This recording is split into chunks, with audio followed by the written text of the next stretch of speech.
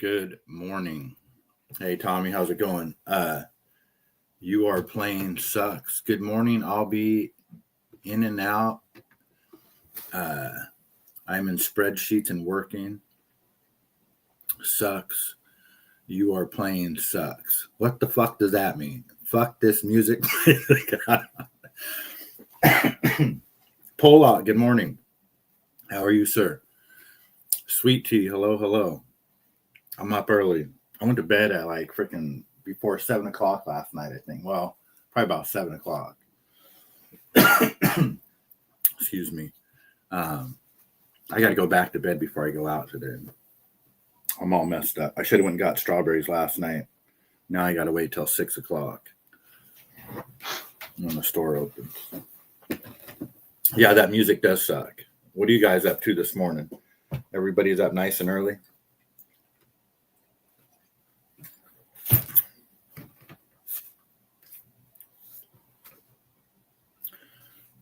What do we got going on today? The Charlie Kirk pre-trial is an absolute joke.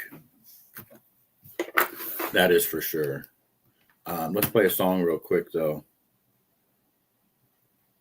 I'm going to end up just getting copyrighted. I would like to do at least one show where they don't say your video is blocked. Your video is taken down. Just try it maybe just one time.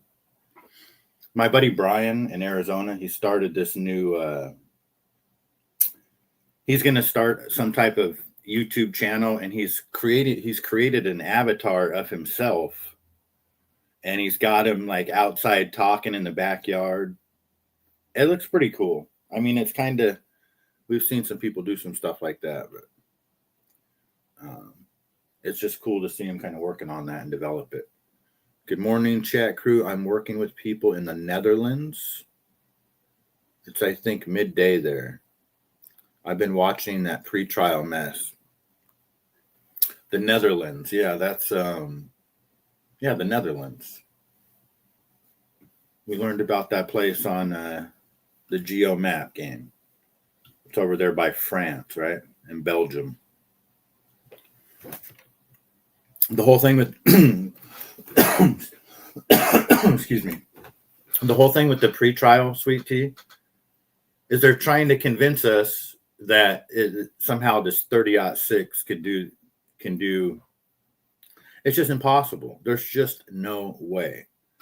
You know, the whole thing is just one big dog and pony show. I'm to a 3-day wedding in Cornwall, 4 hours from my house. Oh, you're off. I'm off to a 3-day wedding in Cornwall, 4 hours from my house, but I'm being picked up. Cornwall is beautiful. Interesting. A 3-day wedding. I have never heard of such a thing, Pollock. Sounds fun. A 3-day wedding. Is that like a Italian Sicilian thing? I have honestly never heard of that before. We have a warehouse in the Netherlands. I'm responsible for keeping it restocked or stocked. So I'm working with the sales reps that are there, and then I decide what product to put on a shipping container into a port.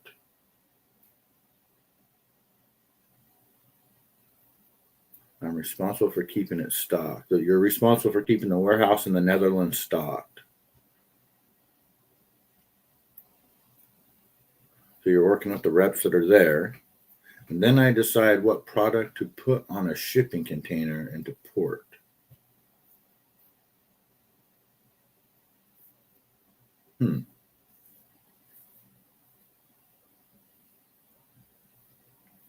Seems like a lot of testifying and arguing for a pretrial. Yeah. It's completely ridiculous. They were talking about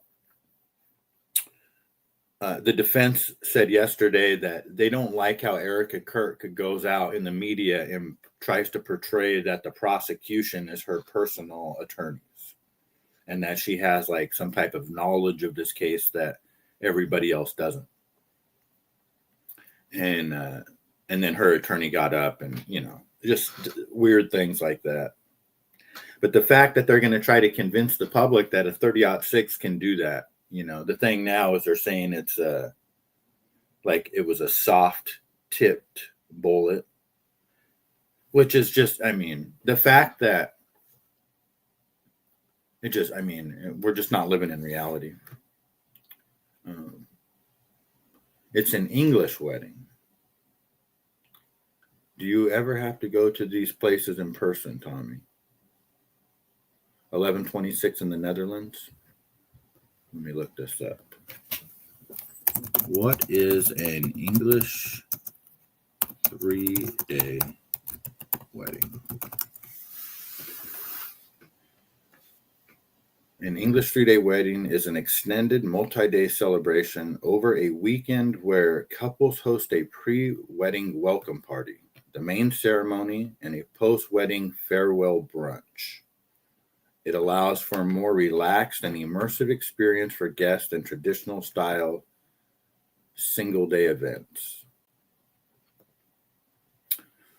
Day 1, an informal gathering such as cocktails or barbecue to welcome the guests that have traveled. This gives everyone a chance to break the ice and mingle. Day 2 is the main event, the official wedding ceremony, followed by a formal wedding breakfast, speeches and dancing. And then day 3 is the farewell brunch, a casual morning after gathering where guests reminisce and couples say their goodbyes.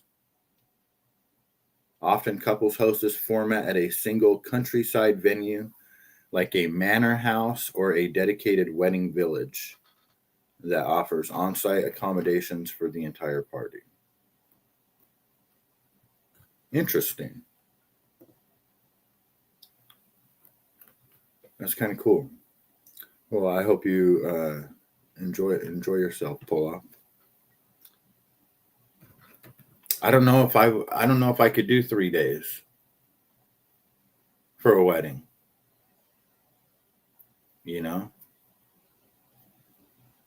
I guess I could.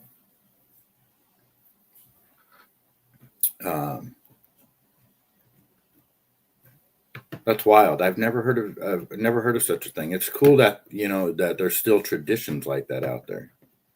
Honestly.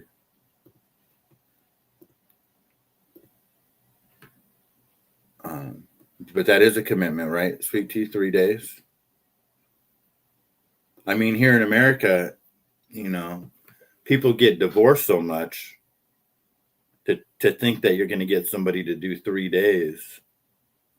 And they're all going to be talking about you. Oh, yeah, he'll be divorced in 2 years. You think I'm going 3 days? Yeah, that's what they'd be saying about me. He ain't even going to make it 3 days. He wants us to go 3 days.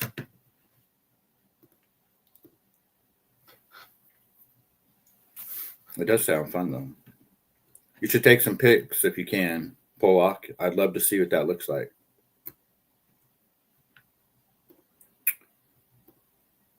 And so Tommy is stuck in the Netherlands, huh?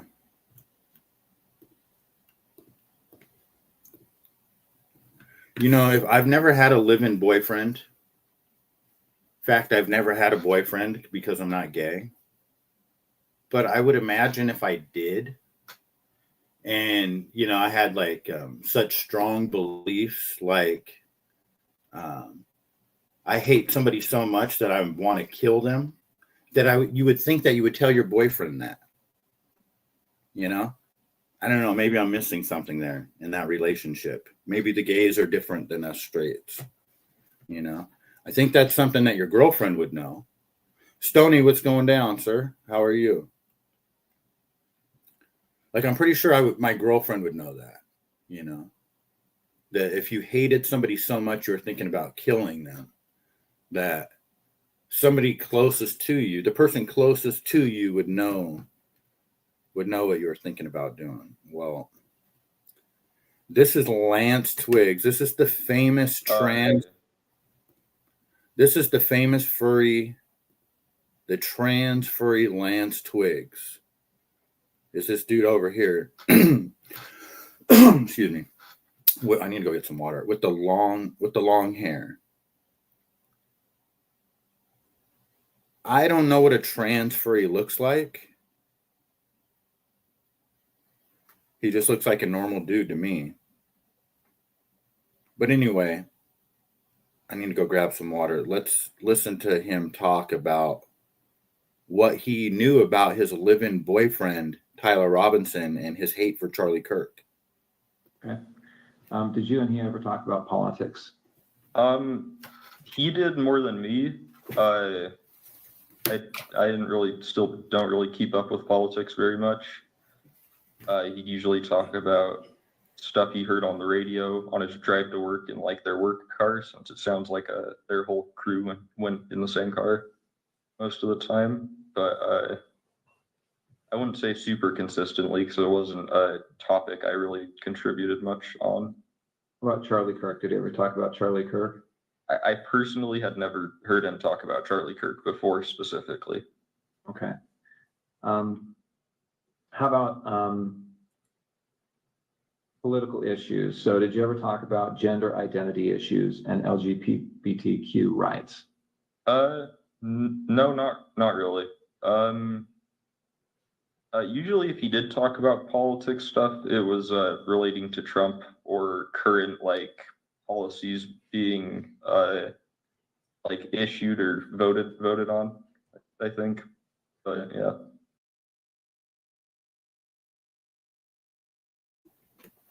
So, they're trying to get us to believe absolute dog shit. None of this makes any sense. You would never, it's just absolute, the term that everybody uses is Fed slop. Gen X, good morning, sir. Tree, fire, smoke. Yep, you already know. Hope you guys are doing good.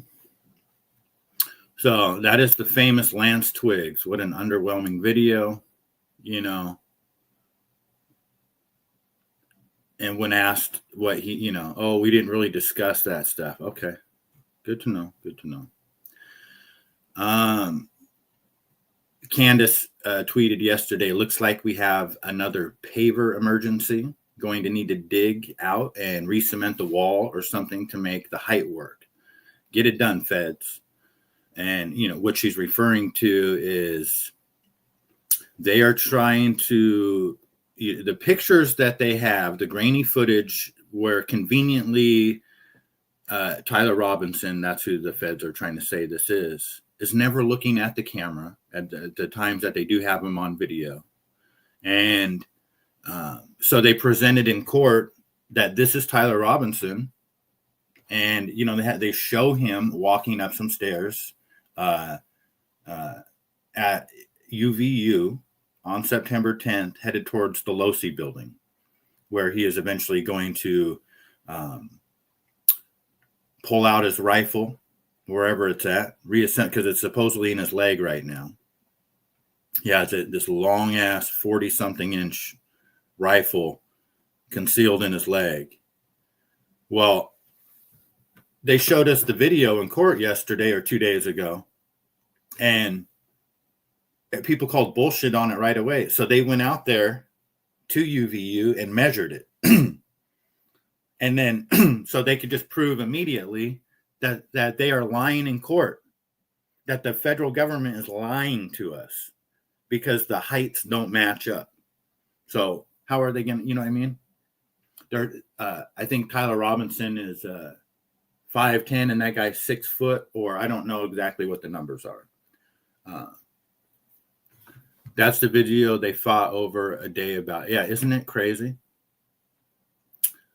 Definitely no rifle in his pants, right, Stoney? So we have all these different. So the fact that and Candace says, looks like we have another paver emergency.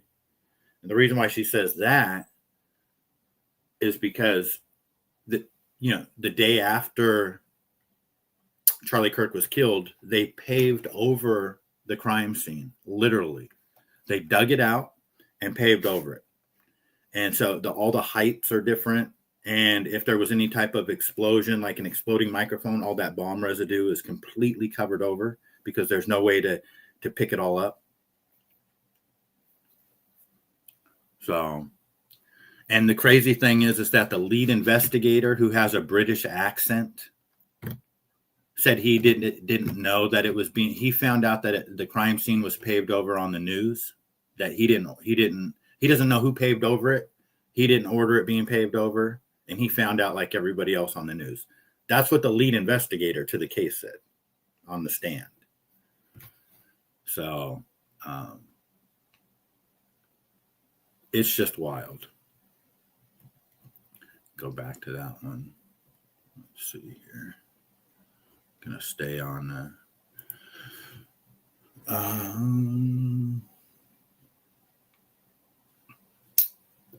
Derek Chauvin in the George Floyd case. Derek Chauvin has filed for a new trial in the George Floyd case. Medical evidence, Floyd's fentanyl levels and deadly health issues was buried and ignored. This was never justice. It was a political hit job. So, I never knew anything about this case I never followed it because I always thought it was just a psyop, basically. And I still think it is, and I think that, it's the perfect thing to kick off the race war. That's what they're trying to do with all of this stuff. Chud the Builder, Austin Metcalf, George Floyd, BLM, same shit. There's also video of him in this maroon shirt, like as he goes to Dairy Queen. I don't know exactly where these videos are from. But it's not only is it two different color shirts, they're pointing out that the neckline is different. Definitely not the same person,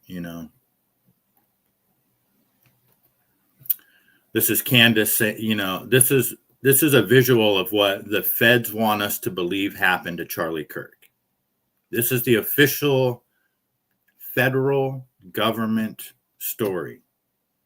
When it's the government versus Tyler Robinson, we're going to kill you. We are going to execute you, young man. And this is our proof and evidence, While conspiracy theorists insist no 30-06 could possibly behave this way, the round blasted into Charlie Kirk's neck, crushed his vertebra, and ricocheted downward toward his heart, only to be stopped dead by his legendary Superman neck of super-dense steel-like bone.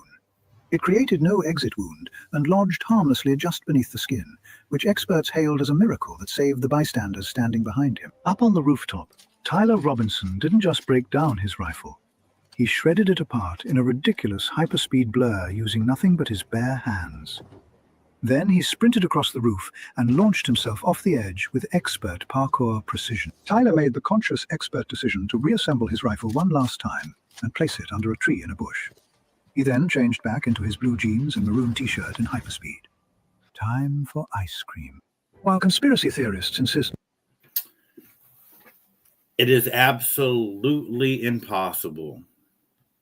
Absolutely impossible. Yeah, I'm fully back on X now, sweet tea. It was just for a minute. Just for a minute that I got kicked off. So... it's just impossible to even get past this, let alone all the other bullshit that they're trying to sell us. You know what I mean? And it would be one thing if, here's the thing. It would be one thing if this was just a case about Charlie Kirk being killed. So they lie about it. They frame Tyler Robinson and they execute an innocent guy. That really sucks. That's horrible. But does it affect us? Would it affect us? No, not really. As the chances of being framed as a patsy or what, whatever, probably 1,000,000,000 to 1.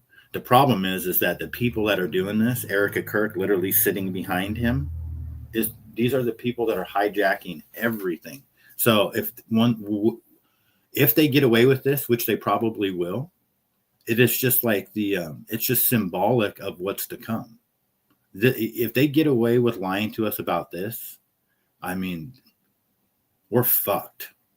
We are fucked. And that can't be overstated because of how embedded Erica and Turning Point is, and not just in our government, and I'm talking about in the fabric of our society and our life, the churches, the schools, the government, in everything. Young women's leadership, they're just brainwashed. They're going after all the kids. It's wild. My ex account is still suspended. Can you send me that video of the bullet and him jumping later? I want to send it to my dad. The one we just played just now? Sweet Tea? Or is this one you're talking about? Let me see here. Yeah, I will. I'll have to do it from my phone. So this is Nate from the name of his show is Valhalla VFT. It's a dude with his hat backwards. These guys have been sitting through the 8 to 10 hours of pre-trial for the last 4 days. Jesse on fire. He's not on here right now, but I don't know these guys' names. This guy's from some podcast, Triggered or something like that.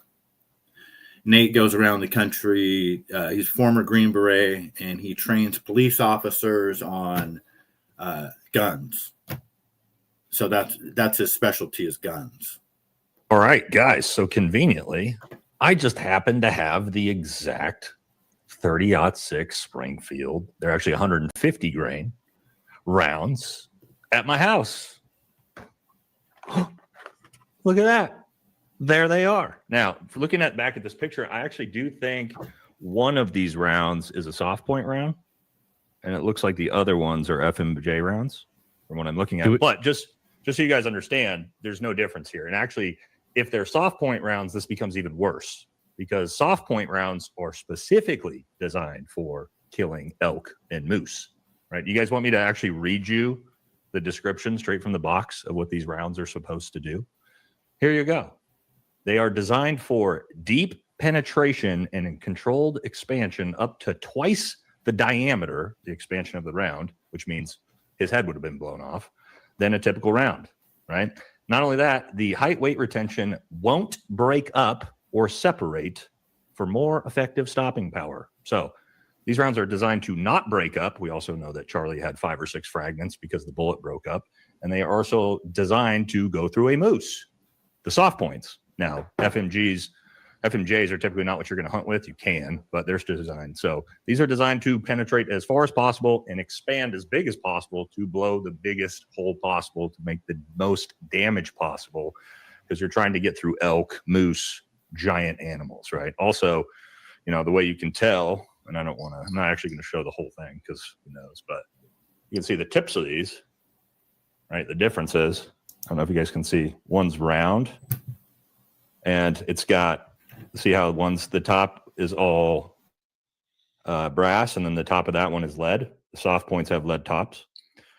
And they're actually designed to, again, expand and create massive damage as they blow through. So, the weapon and the rounds that Tyler used are specifically designed to kill moose and elk. So there we go. We know it's not some accelerator round. It's not some frangible round. It is basically the most powerful. So not the grain weight could be a little bit higher, but again, these are standard. This is what you're going to buy at Bass Pro Shop to go on a live big game with. So there you go, guys. Don't know how we're going to, even my buddies who are privy to there is. So, I mean, it just goes to show you, like, it just is absolutely impossible. And the fact that they're trying to sell us on that, it just, I mean, it's hard to wrap your brain around.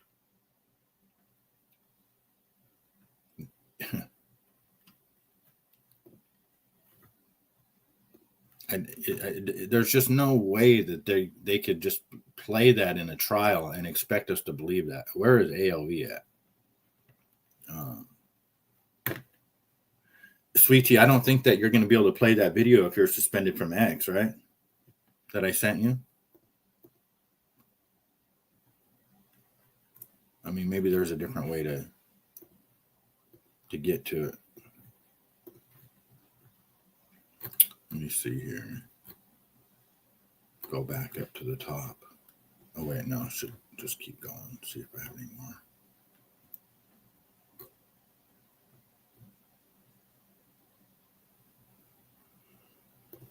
This is, I'm going to fast forward it a little bit.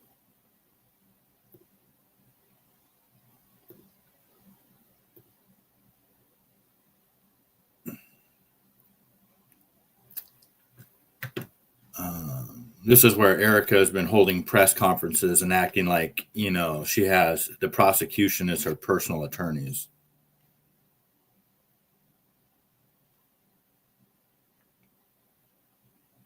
It's like we're froze up here. What's going on? Of informing the world or Ms. Kirk or anybody else that the court do it at the end of the process and not at this point where we will be deprived of our ability to call this witness because she has to be done today. Thank you, Mr. Burt. Thank you.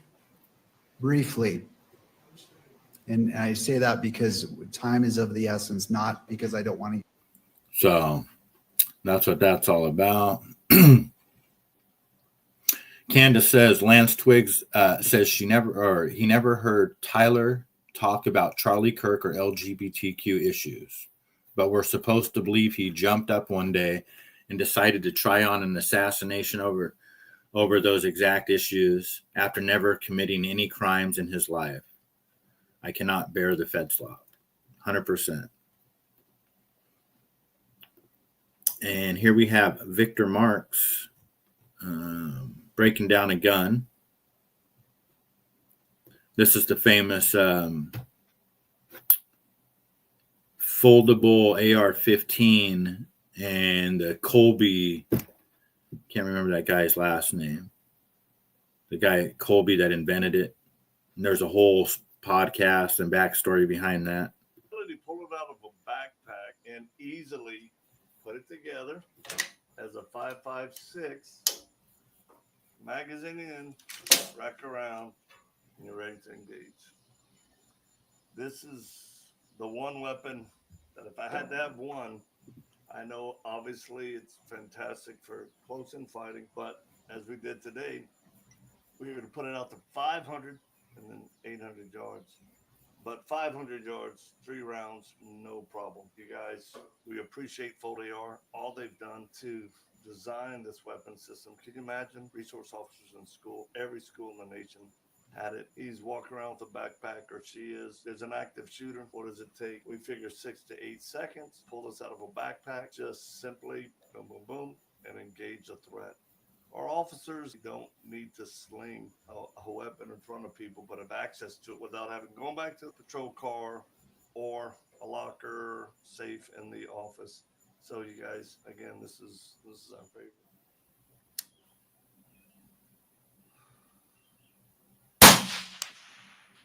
Impact, 2 inches low of dead center.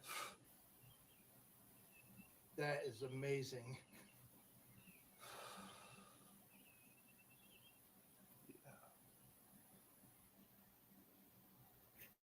What a creep. You know, when I watch that video, that's the first time I've watched that video. It makes me feel like they actually killed somebody there. You know, that's how creepy he is, because he's already admitted he cut off a cat's head and killed somebody when he was 7. I wouldn't be surprised if they fucking had some tied up Haitian back there. The way he's like, yeah. What a fucking creep he is. There's a good video by East Idaho News. The guy Nate walked the campus and showed all the spots, the courtyard, the Losi building, the wooded area. Yeah, there are some great videos out there where they're just, I mean, here's the thing that they're really good at doing is compartmentalizing and releasing information in a timeline that doesn't make sense in our brains. So most people, I'll say like at least 90% of people don't even really know the specifics of the timeline. You know, like Charlie was shot by somebody on the roof, and then what? You know what I mean? Then most people have no clue from there what happened. So they don't know what to compare it to in court, you know? Because what they're trying to sell us on is just completely ridiculous, that he goes and leaves the gun and then texts his roommate that he's going to go back and get the gun. You know what I mean? It's all just ridiculous. Every last bit of it. But yeah, we got creepy Victor Marks there. He pulled it out of a back. See if we have any more Erica Kirk stuff here.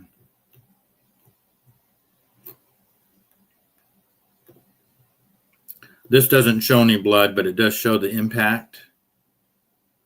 And I'm just going to play it because, again, they're trying to tell us that a 30-06 hit his neck. That ain't what I see here. Oh, there is blood there. My bad. Let's not play that. Sorry, guys.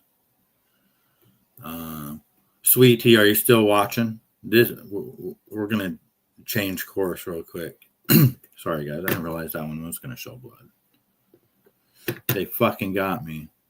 It also showed where the SUV was parked. It gave me a better idea of the layout of the campus. Yes. Yep.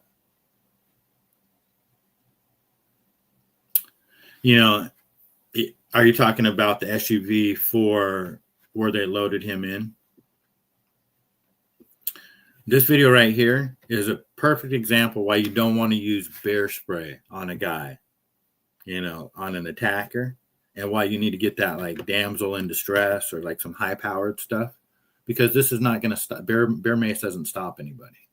It kind of does, but. Hey, get away from us, please. I don't have to do it. Yo. Because you're stupid and you I can't will read a bear me sign. Bro, chill the fuck out. Back away from me right now. Back away from me right now. We're about to leave. Like, Right the fuck now. And we're literally get leaving. your ass in the car and get out of here. Okay, then walk away.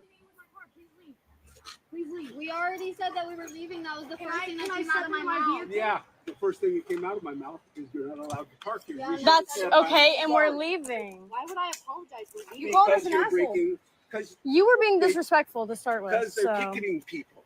okay, well we're leaving. Not your rule that we have to apologize for. Don't come up in my face. Back the fuck away. Back the fuck away. Hey! Alright, get in the car. Let's go. Back the fuck away from me. You just fucking hit me. He's gonna break your fucking window. What the fuck is wrong with you? Let's go, man. Bro. Get out of here.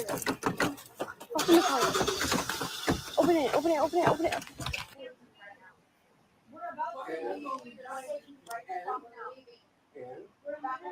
Get your ass in the car and get out of here.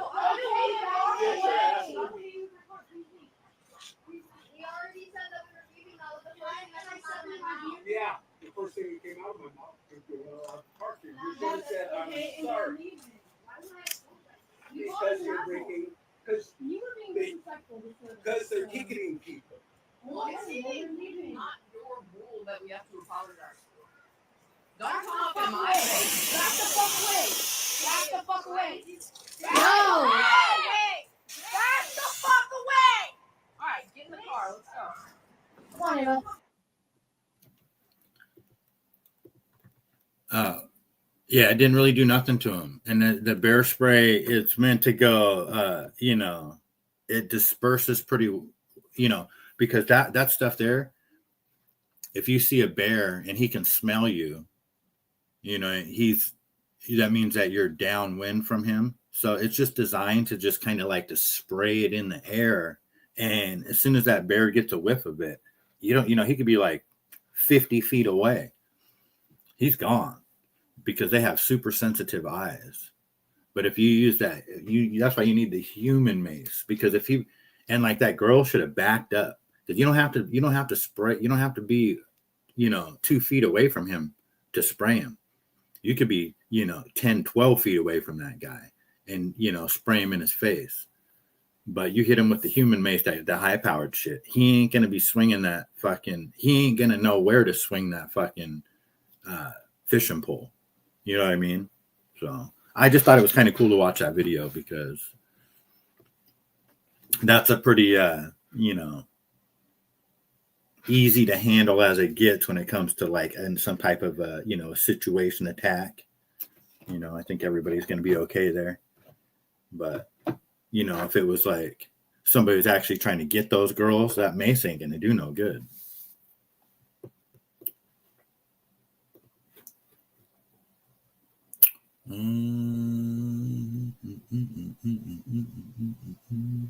Profit over profits. They keep saying, "Oh, quit attacking a widow, a grieving widow." Well, it's almost been a year, and this video where she's smiling right here was 6 days after he was killed, and she's smiling right there because she was laughing about the emojis on the screen. Oh, I didn't even know they could do that. Oh, that's so cute. That's what she's saying. 6 days after he was killed. Profits over profits. Go back up to the top now.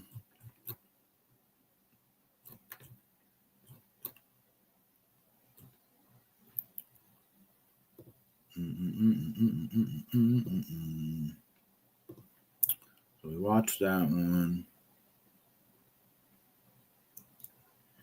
I just want to listen to a second of this. This is Sneeko debated Alex Jones. And it says at 36:08, they kind of get into it a little bit. I just want to hear them get into it. Let me see if I can get close to it.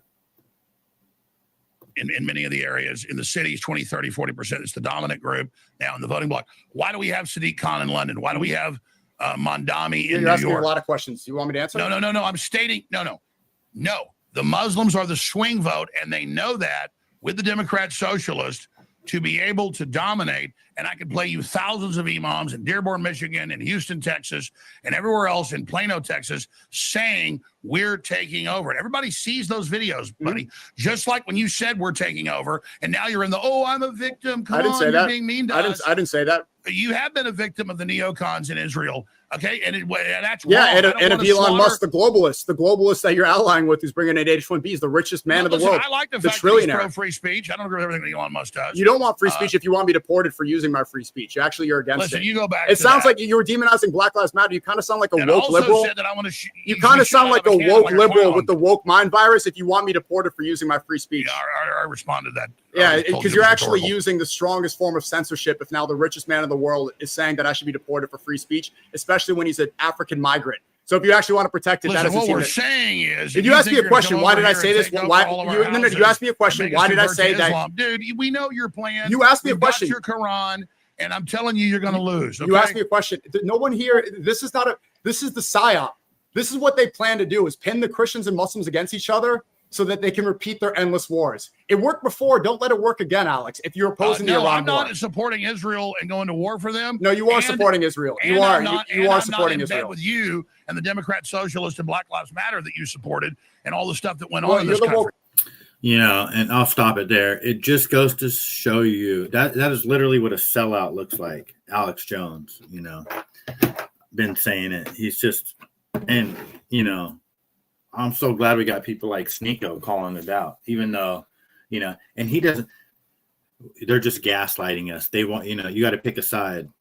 And Alex is just a sellout bitch. I can't believe he just sold us out like that. That's why I don't listen to him no more. Magooch, hello. I'm going to pause and finish listening later. Going to work for a few hours and back later for an overnight. All right, sweet tea. Thank you for hanging out. What's going on, Magooch? How you doing? Alex is such a sellout. His wife is a Jew. Nothing against the Jews, but it's just fucking the same shit every fucking time. Woke liberals trying to get me censored. If you say, No, I've seen you say if we were going to be violent. I we saw need to you be say that political. they're crisis actors in Sandy Hook, and look what happened. If you wanted to ad hom, so let's stay Oh on my point. God, Sandy Hook! Oh God, you Let's got me. stay on Oh, point. boy, a Democrat Let's stay on talking point. point. I went How home from school devastating. that day actually because you're talking about my childhood. You said, "Why did I say?" Did I hurt you as a little baby? You said, "Why did I say if God wills Am it?" I a bad man? I hurt you. Yeah, and see, that's all he can do now. It's funny, you know. I thought Alex was like on the road to being healthy, and no offense, Magooch, because I know you and Thien do smoke cigarettes, and I used to smoke cigarettes too. But Alex was, you know, he's peddling the methylene blue and all his supplements, and you know, why are you smoking again, Alex? You look like you're smoking like a chimney. You must be stressed. Huh. Interesting. You know, it's stressful to be on that, you know, when you sell your soul to the devil and you got to run on that, you know, you got to keep running on that treadmill before, otherwise you're going to back up into Satan's dick. You know, that's the treadmill Alex Jones is on right now. And he has to resort to just what he's doing right here. Okay, Alex. Did I do something to your poopy? Well, no, you got the trillionaire to try to put a target in my head. So yeah, well done. Oh my Well done. goodness! Well You're done. just showing your teeth, Well and done. throat slitting, and Well, we're they don't taking cry about over. white genocide. Don't No, cry about. Oh, I'm your friend. Yeah. Yep. Good job, Alex. You know, I mean, what are you going to do though? This is why I don't give a fuck about making money online, because this is what it looks like. You know, it gets to a point to where, you know, you might get a little traction and oof, fuck that shit, man. Especially in this gig where you're talking about opinions and politics. It's just fucking disgusting. Fuck you, Alex Jones. Something else that has been a hot topic lately is people assisted suicide. And, you know, we all know who Dr. Kevorkian is and all that kind of stuff. Well, it's making a comeback. And it's getting to the point now, and we've been talking about this for years, and Alex is one of the people that was talking about it. You know, in Canada, especially, you know, they're basically making it an option. You know, like, do you want to get on pain management, or would you rather just kill yourself? I mean, it's basically being put to you like that. You know, well, we've got a couple options for you. You know, we can get you on this pain management, you know, regimen. It's going to cost this much money. You know, your insurance can only pay this much. Or, you know. This is pretty much everybody in the world who doesn't live in a white country in the West. If you look at a map of where euthanasia, mercy killing, physician-assisted suicide, hasten death, killing by the state of its citizens in hospitals, if you look at a map of where that's legal, not in Asia, it's not happening in Africa, it's not happening in Russia, it's been banned there, it's not happening in Iran, it's against the law in Iran. No, it's happening in Western Europe, New Zealand, Australia, the United States, and especially Canada. We're going to tell you a lot more about that in just a minute. Now, draw your own conclusions from that. What is it about the English-speaking world, the Anglo world, the white world, that has made it so enthusiastic about suicide? And is it, in fact, enthusiastic about suicide, or is it being led to that enthusiasm by people like Kathy Hochul? It's so hard to know. But what we do know is there is a direct relationship between the cost of healthcare and the enthusiasm with which people like Kathy Hochul promote state-sponsored killing. Because whatever else it is, and there are certainly moral debates to be had about suicide, which has been, since the beginning of time, been considered the most ignominious and certainly the saddest and most traumatic way to exit this world. But leaving those debates aside, living in a modern socialized medical system is extremely expensive to the state and to insurers. It's a drag on GDP. And so if you can find a way out of that mathematical problem, that mess, and brand it as liberation, not just from your oppressors, but from life itself, it's a massive win. Now that sounds kind of dark. There's no politician or leader who would actually wish death upon his own population in order to save money, right? There's no one in the West who considers people in his own country useless eaters, in the famous phrase from Nazi Germany, the phrase that justified an almost identical program from 1939 to 1945, in which the Nazi government murdered hundreds of thousands of its own citizens because they weren't productive, liberating them from a life of suffering into who knows what, but getting them off the rolls.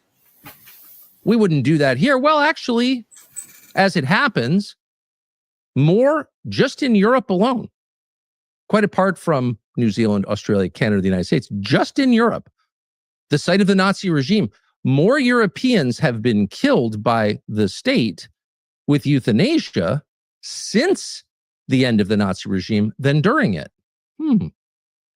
That's one of the lessons from the Holocaust apparently we didn't learn. It's not a good idea to give your government the power to kill people it considers useless. There's something about that that's prima facie grotesque, but the implications of it go far beyond the act of it. In other words, once you're allowed to consider your own citizens no longer worthy of life, God knows where it might end up. In fact, it always does. Yeah, and it's crazy to think about, I think on the surface, just me personally, to have an option of assisted suicide, a way to just fucking end it already. I mean, you have to have it at some point because, there's people out there just in so much pain and it's a terminal illness.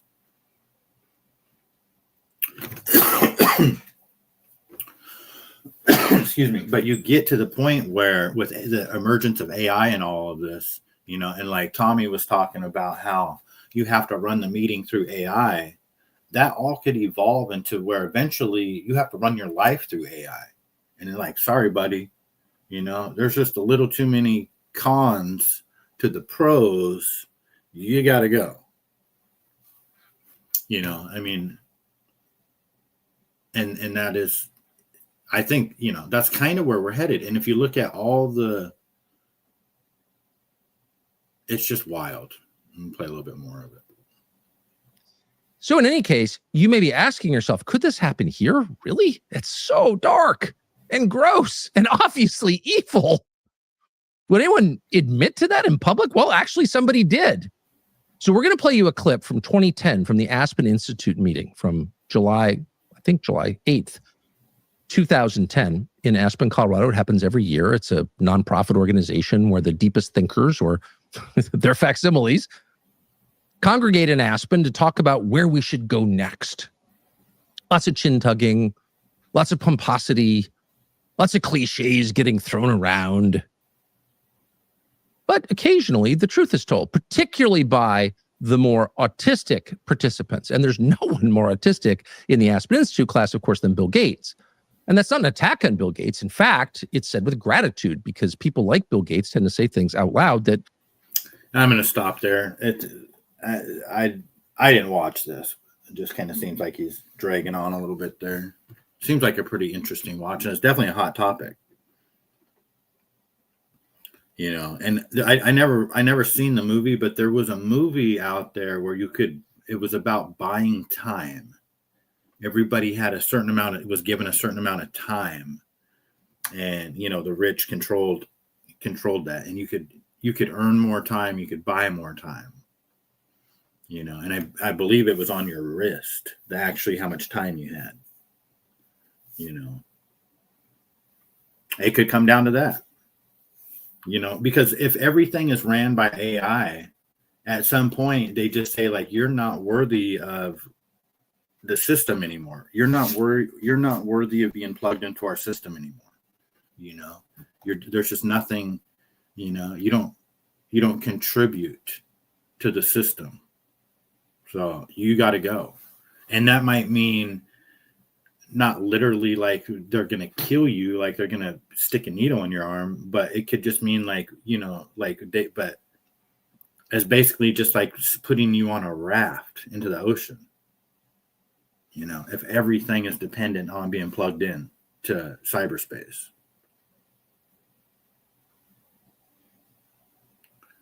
But, you know, one of the other things that they've talked about recently is how, you know, there's been those cases where kids have killed themselves because ChatGPT or whatever convinced them to do it. That's all related to this too.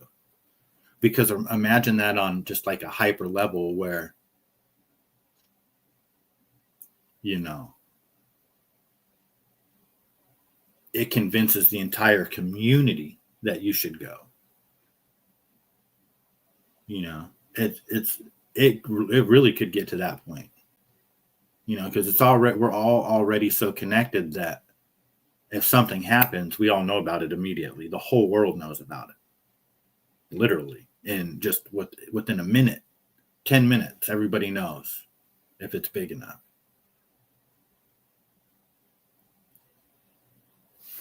Crazy. Tommy, if you're still watching, I'll show you a quick video really quick. Saturday night, Max Holloway and Conor McGregor are going to fight.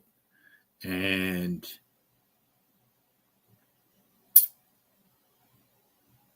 Max Holloway is wearing the meta glasses. And Conor McGregor rips him off his face.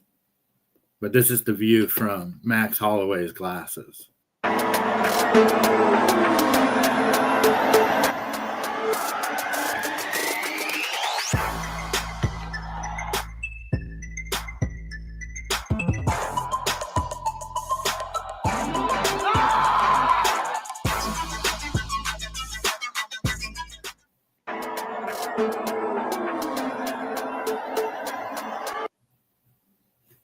He is a weird motherfucker, boy.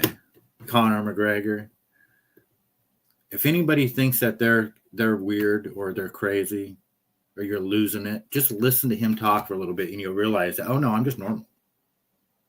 You know, I must just be having doubts because he really, truly is fucking weird, a weirdo. Let me go back up to the top here. So we did that. What do we got here?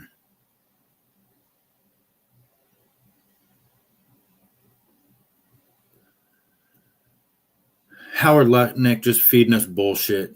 Spent right here in New York State, thanks to President Trump's agenda to get America building again. And thanks to your leadership, we're ahead of schedule. You're not building shit. The only thing that he says in this whole fucking bullshit is electricians. You know, oh, we're going to get electricians and a lot of jobs. But of course, all that $100 billion is going to be invested in 1,000 small businesses who are going to be doing everything from electricians, everything you can think of here. And so it's really a great partnership between the two of them. Shut the fuck up, Howard Lutnick. All of your employees died in 9/11 and you got rich. He's the one that put the put options on American Airlines. He is a dirty motherfucker. We looked at all those videos already. Lance Twiggs. Yep, we've seen all that. Conor McGregor, he's not only is he a weirdo, he's just so low class. You know, we know that Dustin Poirier was having problems, drunk at the airport, wanted to fight the cop. Come on, my nigga. Calling a black cop my nigga. That's a fucking other level of fucking balls right there. And you can back it up. And he told the cop, man, you did a good job. You did the best you could.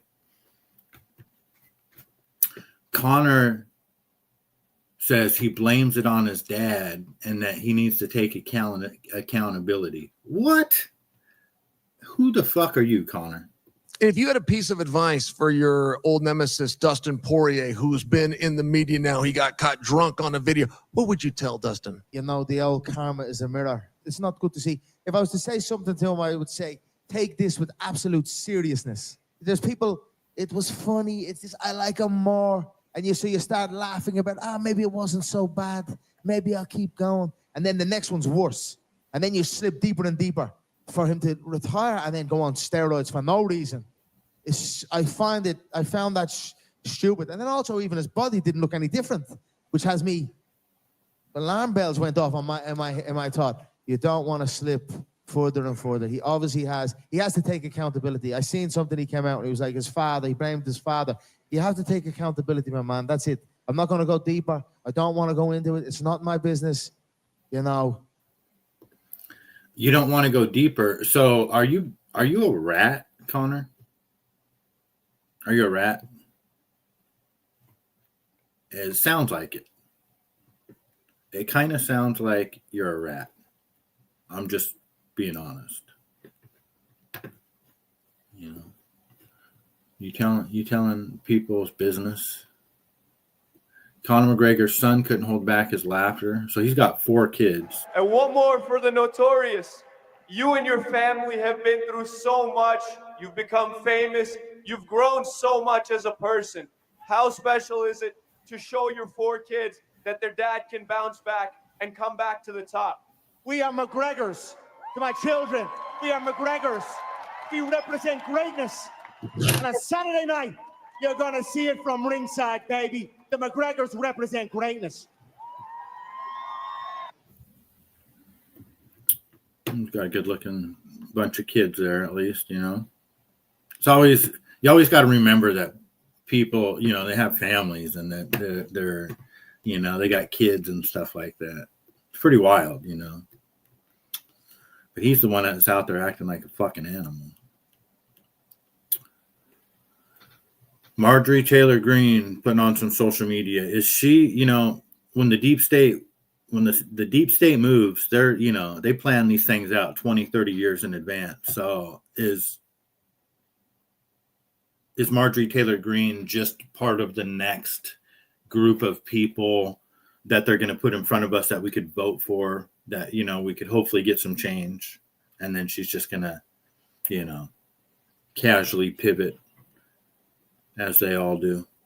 But for now, I do like Marjorie Taylor Greene. Ding ding. Now boarding everyone who's America first, America only. Oh, that's my plane. That's my plane. Ding ding. Now boarding everyone who's against taxes. Oh gosh, that's definitely me. Ding ding. Now boarding all those against data centers. Hate data centers. Ding ding. Now boarding all those who support the political revolution in America. And it's just in all seriousness, it's, to say something about like, when you hear these guys say something about no new taxes or whatever, when you look at the Charlie Kirk thing and they're trying to tell us that it's a 30-06, it is such an obvious, blatant lie. And it's such a huge deal about not only somebody that was killed, that somebody that they're trying to kill. The state of Utah is trying to kill Tyler Robinson. They're trying to kill that guy. And they're trying to convince us that that Charlie Kirk was killed by him with a 30-06, which is absolutely impossible. It's just fucking impossible. So to think that they don't, that we even stand a chance when it comes to like these people talking about taxes and Epstein, and good luck with it. It ain't never gonna happen. If they can lie to us about that shit and get away with it, we're fucked. We're just fucked. Sven, how are you, sir? Good to see you. We're just kind of going through the last of these little videos here. Conor McGregor fights on Saturday. And this video, it's just so weird just to look at this guy, man. When I watch this video of him, I think he's going to get murked by Max Holloway. I know Max is the favorite, but I'm legit worried for Conor. It's lucky he's fighting Max because Max won't take his head off, I don't think. Max will butcher him up, but I think Conor's like really susceptible to getting knocked out bad.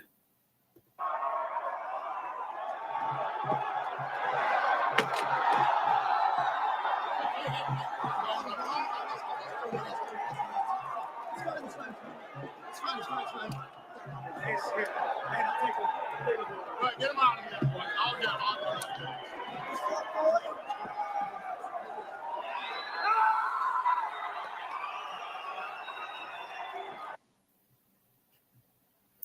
So whatever that was, you know, if I had to bet, I would definitely take Holloway. But the odds just, I mean, why would you even bet that? Let's see here. What else do we have? What looked at that one? Yep, that's pretty much all the videos I have. I think I want to play a little bit of Baron Coleman on YouTube and just kind of shoot the shit. Tommy, if you want to come up and talk to us about what AI is allowing you to do at work today, that would be great. You know? I mean, I think that's what it's going to come down to, right?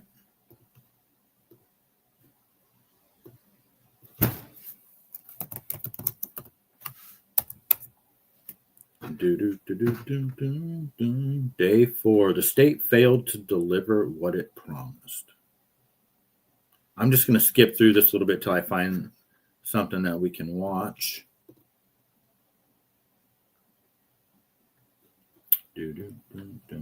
Skip. I got so excited to turn the mic on.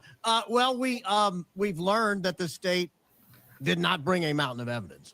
Ladies and gentlemen, the state is rested in the preliminary hearing. The defense has begun their case in chief. I don't know what you call it in a preliminary hearing, but the defense is on the attack, and it's a weird day. It's a weird day. We'll go through it. We'll go through some of the details. Obviously, the highlights today. The incessant need to promote Erica Kirk at every turn. That was a little weird. I was not quite expecting that when I woke up this morning, but it was Operation Erica's an Angel, and it was in full effect. We'll talk a little bit about that. We'll also get into some of the testimony today, because the bullet testimony I thought was quite compelling. If you are an attorney for Tyler Robinson, the bullet testimony was really quite compelling. And I've got several reasons why I say that. We now know for a fact what kind of round it was. We know for a fact whether it was a frangible round or an old round or something that would have some sort of reduced effect on the neck. And we've learned that that is in fact not the case. And how does that impact the case? We'll talk about it. We'll talk about that and more. We've got the text messages. We found some new ones today, ladies and gentlemen. And I don't think they're helpful to the state. In fact, anyone who long has suspected Lance Twiggs may have been involved now has all the evidence they need. Not only. And this is a 3-hour podcast, but I'll tell you one thing that he said that's fascinating.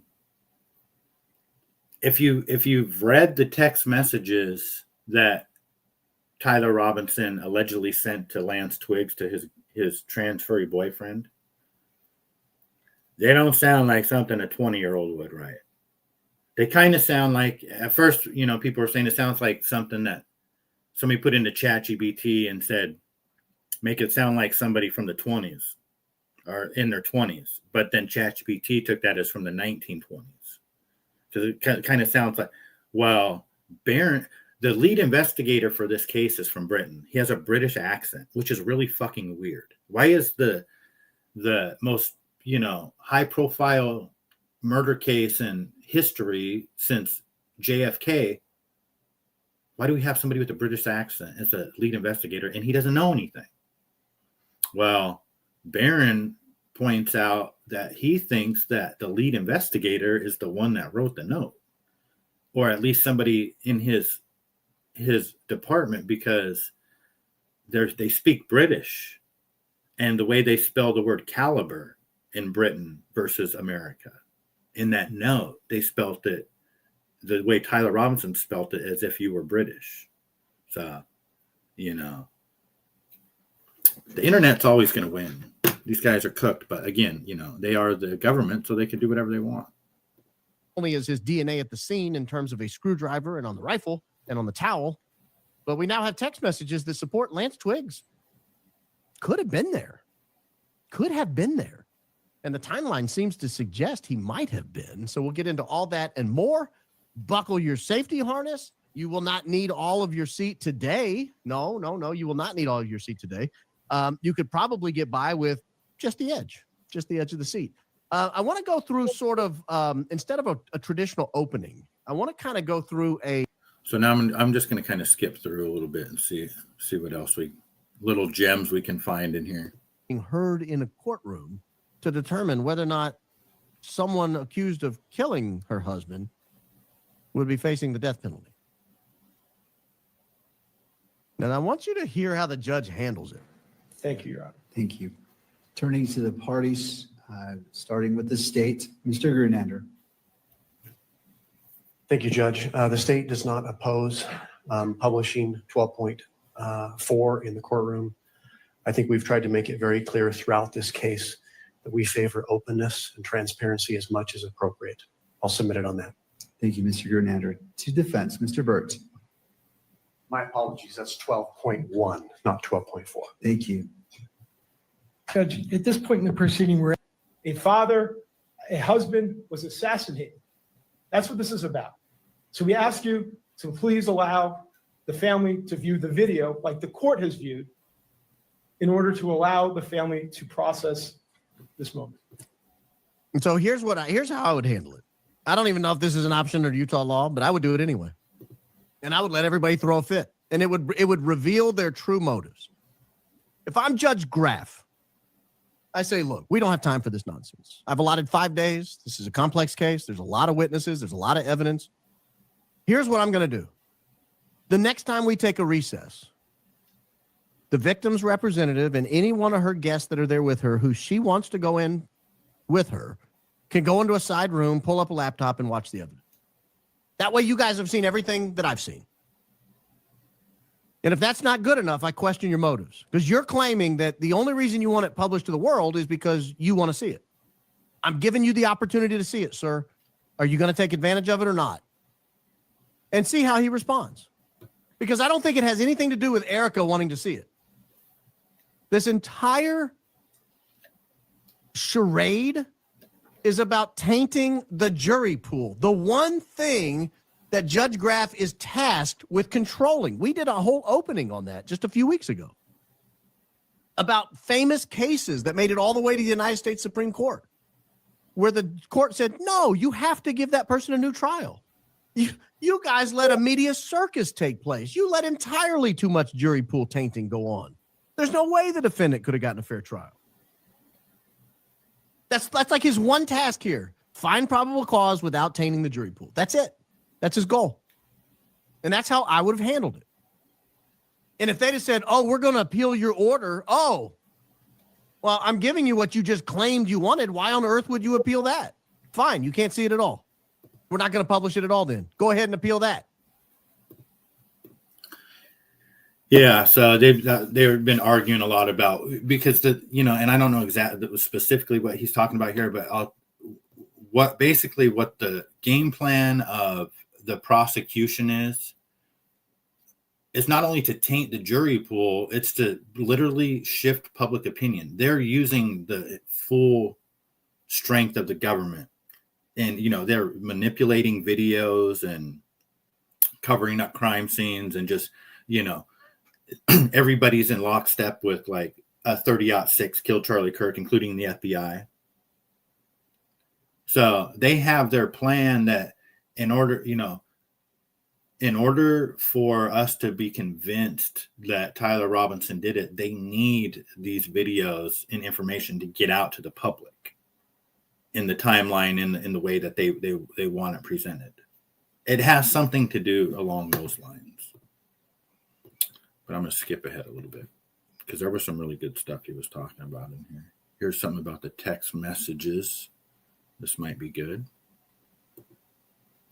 Date is when the note was photographed. Then the note persisted for at least 5 days. Well, Tyler Robinson was in jail on September. So who burnt the note? Yes, because Kash Patel told us that there was a note written about this to the boyfriend, but the note got burnt by the boyfriend. But Kash Patel said they have forensic evidence of what was on the note,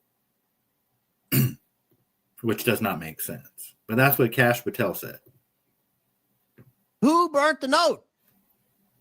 You would think in a probable cause hearing, we might want to learn the answer to that, but you would be surprised because we did not get an answer to that question.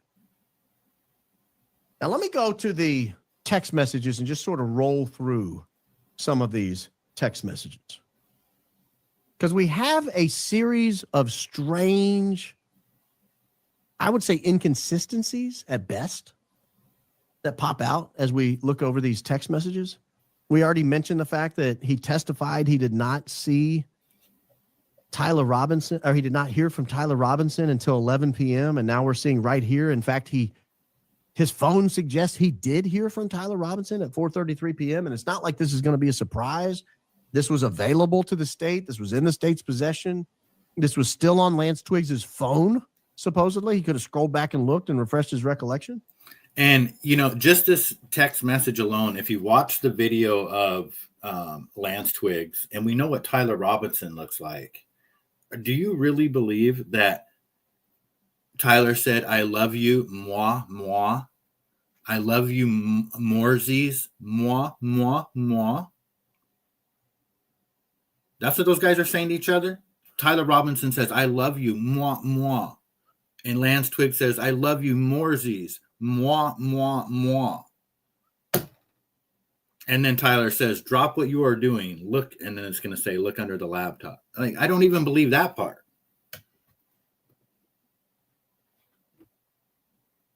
So we know right there out of the gate, he's already been at least inconsistent or not correct in his testimony.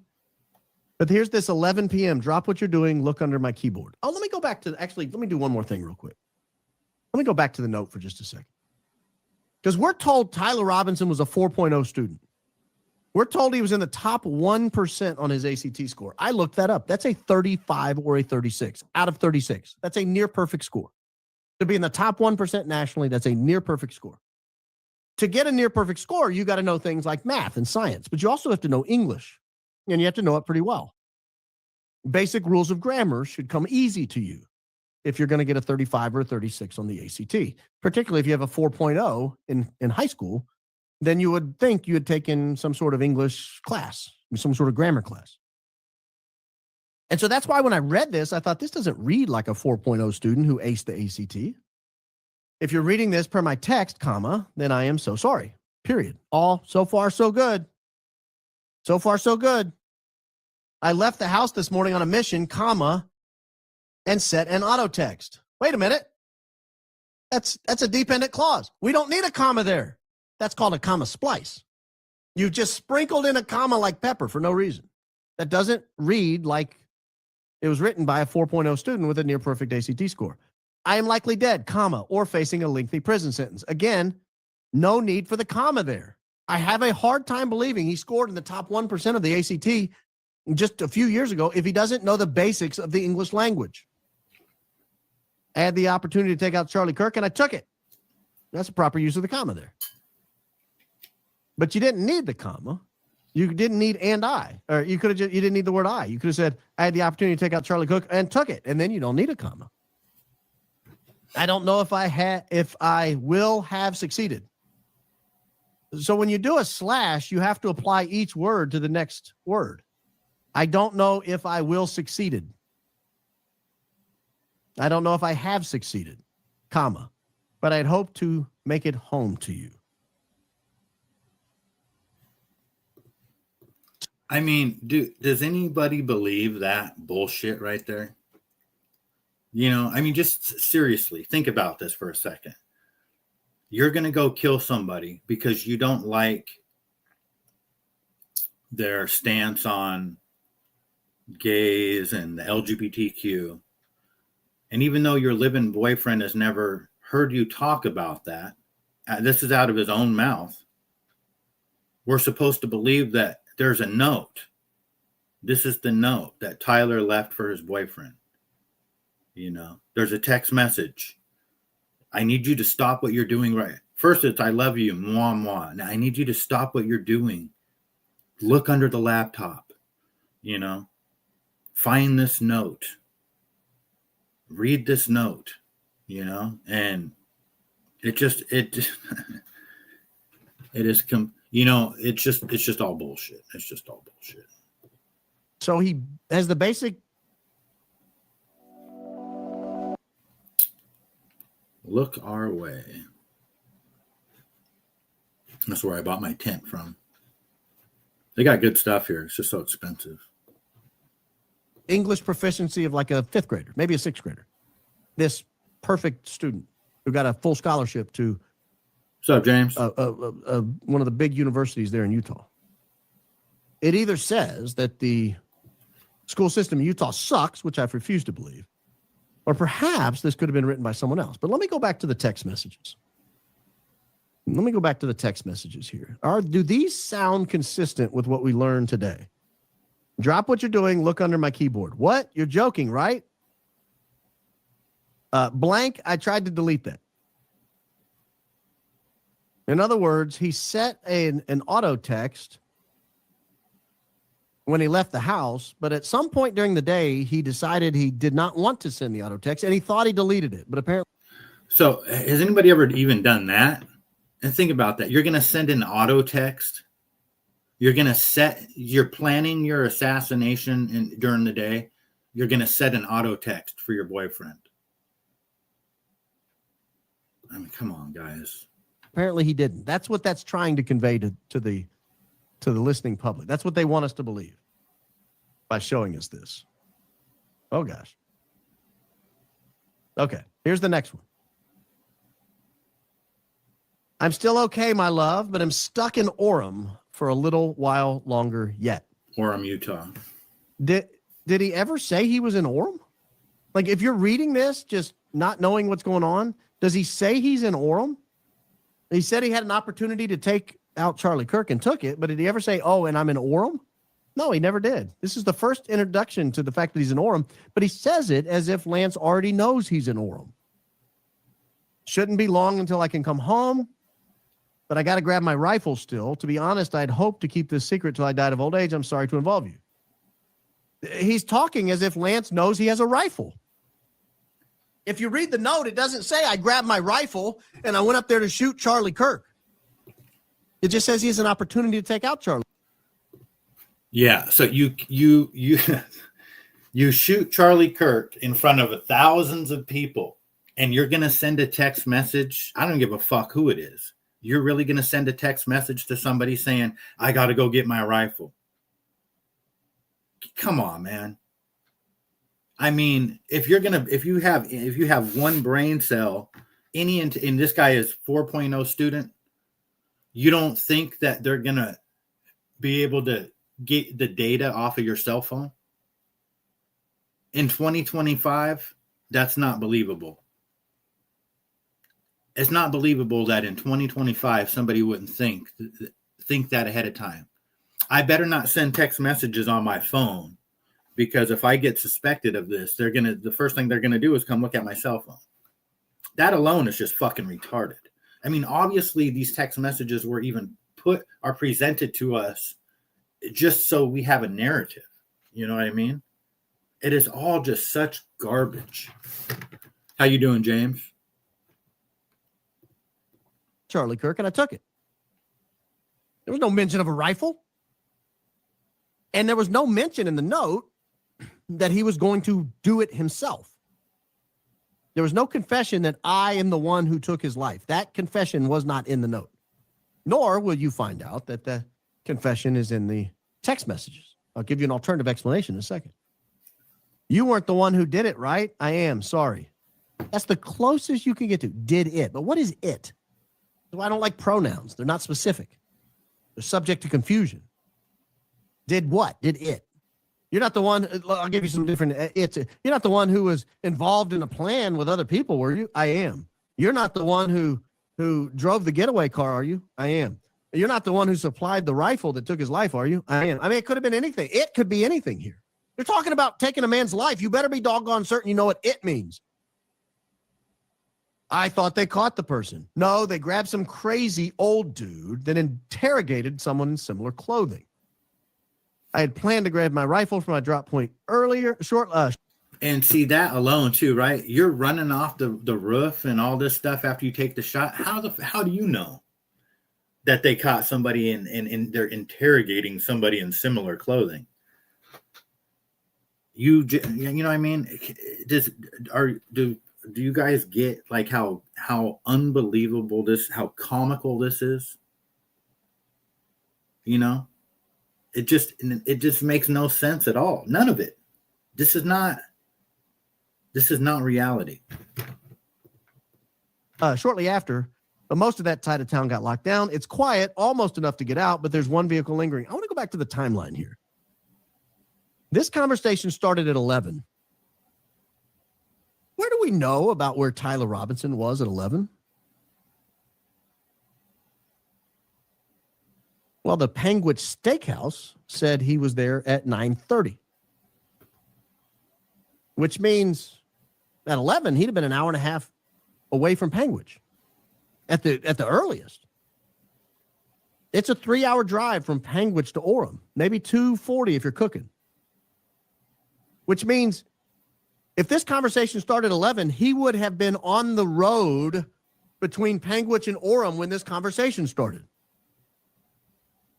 When the auto text went out and said, drop what you're doing and look under my keyboard,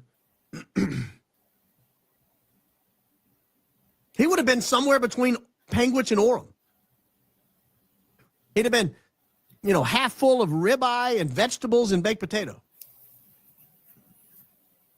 You know that kind of weird, sick feeling you get when you eat out? You kind of got to unbuckle the top button of your jeans. You got to lean your seat back in your truck a little bit. Oh gosh. Ribeye, baked potato, mixed veggies. Oh, goodness gracious. You got a food baby. He's somewhere on the road here when this conversation kicks off. But he says he's stuck in Orem for a little while longer. I'm stuck in Orem for a little while longer yet. Well, he couldn't have gotten to Orem before like 12:30. And these inconsistencies, they never stop. They just don't stop. It's like, how many times can we call bullshit on these guys? It's just like it just keeps piling up, for months and months and months and months and months now, all the way to this pretrial. Not if he was in Panguitch at 9:30, which is what the restaurant owner testified said to a reporter recently, Diligent Denizen. And what the server said is he got there around 8:45. So that makes a lot of sense. I mean, that timeline seems to add up. About 45 minutes to eat a steak dinner. Get back on the road. Go pick up the rifle in Orem. And why would he have gone all the way to Panguitch if he's just going to turn around and go back up to Orem? Why not get a steak near Orem? I mean, there's like 25 cities around Orem. Go to Provo, you can stay in Orem. I go to Provo. You know what I think? By looking at Tyler Robinson and the fact that he is allegedly a 4.0 student and is in the 99 percentile for the ACT or whatever, and he just looks like he's socially awkward and probably a virgin, and be very easily to convince people that he was gay because you have nothing to base it on. This is what I think. Because they arrested George Zinn, his pants fall down. I did it. The old guy, if you guys know who I'm talking about, he's in jail right now for child pornography. And, they've done all kinds of docuseries and podcasts on this in Carol Deep Dive, the Las Vegas shooting out of the Mandalay Bay. That dude's brother is in jail for child pornography. So conveniently, when they want somebody from a high profile case, always like a shooting or something, to shut the fuck up, they will somehow find child porn on their computer and put them in jail so the public can't talk to them. I think because George Zinn is involved in this and that they obviously have people involved that look at child pornography involved in this. That guy, George Zinn, was there on the ground the day of the Charlie Kirk assassination. I think Tyler Robinson got busted and they're blackmailing him. That's part of the deal. Like, this is what you're going to do so the world doesn't find out that you're a pedophile, that you did, you know what I mean? I feel like, because otherwise, why would you just not stand up in court? I don't have nothing to do with this. Get me out of this, guys. They're fucking lying. But you know what I mean? That's what I'd be doing. I'd be kicking and screaming. I think they have something over him, because he obviously didn't do it obviously didn't shoot Charlie Kirk from the rooftop. He might be involved in one way, shape, or form, but he didn't pull that trigger of that rifle. I think that's what it is, because he just looks like such a weirdo and so socially awkward that he's easy money for the feds. You know what I mean? These kids that think that, their IQ is so high that they can fool the federal government and look at fucking nasty shit on their computers, with their VPNs and all that kind of shit, hiding their IP address. You ain't fooling the federal government. They know about all that shit. Your little fucking apps ain't shit to them. That's what I think anyway. Oh, you can go to Vineyard, you go to Salt Lake City, Bountiful. Go over to Heber City. I mean, Park City, all these places are closer than Penguin. It doesn't make sense. And you know what else we don't have? Like, we have that initial timestamp here at the top at 11. But you know what? This is an iPhone. All you got to do is grab your screen and pull it to the left, and you would see the time of each one of these texts, and you would still be able to read the text. Wouldn't it have made more sense if we'd have gotten that so we could see how the conversation developed over time and get a better timeline of when everything happened? Well, if Lance Twiggs was in court able to be cross-examined, we could ask those questions. What time did he tell you he was stuck in Orem? Because if he says, oh, that was right after we started talking, well, that's impossible. That's impossible. Hey, Patty, good morning. Yeah, I really do think that this is how they get these guys, This is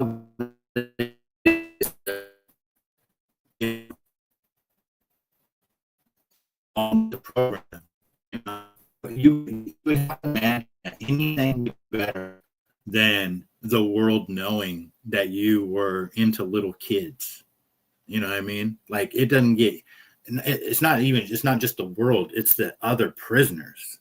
That's that's all they would have to tell you. It's like, dude, you're going to get so fucked up when you go to jail. We're not doing no PC, no protective custody, no nothing. We're feeding you to the lions, or you're going to go along with this program. I mean, that's all they have to tell these guys. One night in jail with inmates knowing that you did something with kids that's all it takes. So he should be screaming that he didn't do it, right? Every chance he gets. So he's obviously part of it, right? And he's connected to it in one way. So how else could they get him to remain silent, I guess, is what we should be asking ourselves, if it is not that. Possible. He could not have been stuck in Orem at 11 o'clock right after you started texting. And I'll show you something else about these texts. See this Wednesday, 11 p.m.? You notice there's no other timestamps? Here's the way timestamps work on an iPhone. You can look it up. You can fact check me. If you send a text within an hour of the last text, so see this light blue one on the right and the dark blue one on the left? If that light blue one on the right comes within an hour of the one on the left, there's no timestamp in between them. But if at least 1 hour, 60 minutes and 1 second passes. Yeah. And the thing is, Patty, too, is it kind of sounds like a far-fetched theory, and it is. But at the same time, we're talking about George Zinn being in like the third row. Charlie Kirk gets shot in the neck. Everything starts unfolding. He stands up. His pants fall down to his ankles. And he says, I did it. I did it. They arrest him. And then the next thing you know, somehow, miraculously, they found child porn on his phone. And not only that, George Zinn, I don't know the whole story, but he somehow was on the ground during 9/11. they got him on video or something involved in 9/11. And I think maybe the Boston Marathon bombing too. So that in itself is just like, okay, what is this here? What are we doing? It'll get a new timestamp, which means all of these texts were part of the same conversation. All of these texts took place within an hour of each other. It was one long, continuous conversation. And since it ends talking about being home in 3.5 hours and then delete this exchange and then you're all I worry about, love, and don't talk to the media, and all that was the night before, which means we're missing some text messages because if you recall, there were text messages that were in the search warrants and in the probable cause affidavit that talked about him getting home the next morning. Websites your competitors don't want you to know.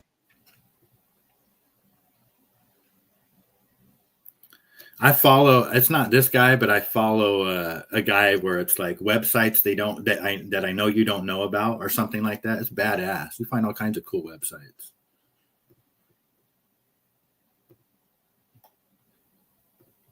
Twiggs being at his mom's house and finding an excuse to come home and finding, I'm going to tell her I'm going to do some laundry. Well, if we'd have seen the rest of those, we'd have gotten a timestamp. We'd have known whether those were in order. So let me go back. Now that we got a little lay of the land.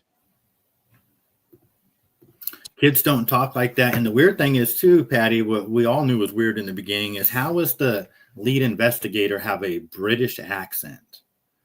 And then you just know he's full of garbage too, because he is on, he takes the stand and he's one of the first questions they ask him is, are you the one that paved over the crime scene? Are you the one that ordered that? He said, no. And they're like, well, do you know about it? And he's like, yeah, but I found out about it on the news. So he doesn't know who covered up the crime scene. And he's the lead investigator. And he's from Great Britain. But Baron Coleman goes on to discover here that, not only is Tyler Robinson, he was supposedly the straight A student. So he has to be, he's already proved like he can't possibly have been a 4-point student missing all the commas or putting extra commas. But the word caliber is key because that's only how they spell it in Britain. So these text messages kick off at some point between Orem and Panguitch. Shouldn't be long until I can come home, but I got to grab my rifle still. To be honest, I'd hoped to keep this secret till I died of old age. I'm sorry to involve you. You weren't the one who did it, right? I'm sorry. I thought they caught the person. No, they grabbed some old dude. I'd planned to grab my rifle from the drop point shortly after, but most of that side of town got locked down. It's quiet, almost enough to get out of there, but there's one vehicle lingering. Well, if he knows that there's one vehicle lingering, this text had to be after 12:36 a.m. Had to be after 12:36 a.m. because he did not get back to the scene until 12:36 a.m. Why? Why did I do it? Yeah, I had enough of his hatred. Some hate can't be negotiated out. If I'm able to grab my rifle unseen, I will have left no evidence. Going to attempt to retrieve it again. Hopefully they've moved on. Haven't seen anything in the news about them finding it. Basic rules. I'm going to skip forward a little bit, guys. We're running out of time. I want to see what this is about. The same piece, you can see this 25 W0401 Exhibit 6A as received. I think this is the back of the big piece, and this is the front of the big piece. These are the burnt pieces of the note, I believe. And they've got, so that's the big piece, and then. Oh no, this is I think this is supposed to be pieces of the bullet. But is that all they had? Is that all they had? Well, we don't know, because if we listen to the testimony here, we got to wonder, where's the rest of the bullet? Where's the rest of the bullet? Because they didn't only recover 4 pieces. Ms. Carter, one of the items you were asked to look at was, as described in your report, 1 bullet jacket fragment and 4 lead fragments, correct? Yes. Were you informed at some point that there was a discrepancy between what you were examining and what had been documented by the medical examiner in terms of the number of bullet fragments? I was, yes. Were you asked to see if maybe the ATF had lost certain portions of the evidence? No, I was not. Right. Do you think, and was it your understanding that there were originally 7 bullet fragments, but you ended up with 4? I was alerted that there was potentially 7 fragments from the medical examiner in a photo just a few months ago. Okay. You're clear, though, that when you got the evidence, it was in a sealed condition, correct? It was, yes. And when you opened, what was it, an envelope? A small individual manila envelope, yes. And did you take the contents of the envelope containing the bullet and take photographs of it? I did, yes. Okay. So we have missing evidence. And you know what else is crazy too is that could you imagine as Tyler Robinson if you didn't do it, sitting there listening to these people? You know, there'd just be no way I could keep quiet. So that all has to be taken into consideration, you know. Absolute silence from that dude. Not one outburst, you know. He's the type of dude that he gets so agitated at words that he will kill you.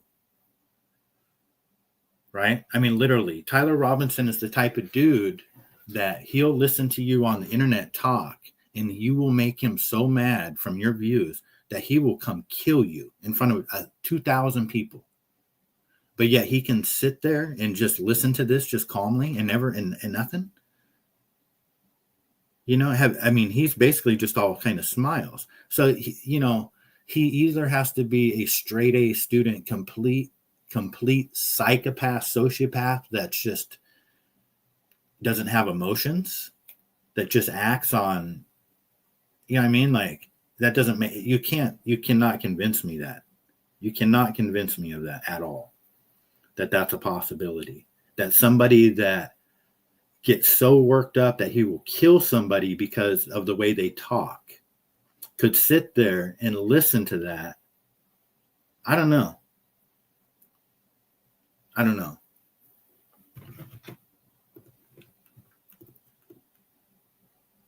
Again, maybe they were small, maybe that somebody made a determination that they couldn't do much, but where are they? Where are the 3 other fragments? And why don't we have them? Because if I'm the defense, I'm going to argue those 3 exonerated my client. That was the evidence that someone was just shoving stuff in his neck. And when they pulled it out and they realized, oh crap, these 3 don't match, lose them. I mean, think about that too. Is that what happened? Because obviously it wasn't a 30-06 that killed Charlie Kirk. So if they recovered fragments of a 30-06 bullet from his neck, when they pushed him down to the ground, because that's what Dan Flood did, is like when he got shot in the neck, Dan Flood grabbed his body. He's just leaning over and they threw him to the ground. So they're down there for a minute, shoving fragments of bullets into his neck.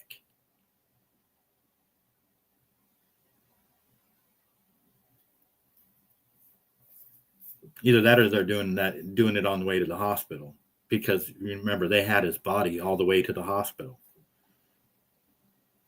And we don't even know, if the surgeon in the hospital they took him to is even real.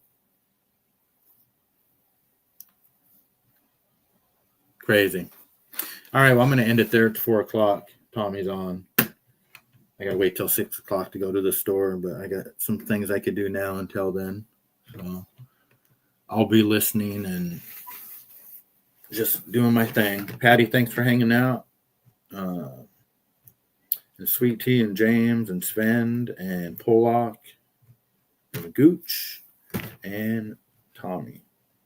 I will see you guys over there. I like this guy. Jesus, these people were ruthless. This is just like JFK. Yeah. It's wild. And, you know, by these people, it's a lot of people. Our government, too, you know. See you around, Patty. Exit stage.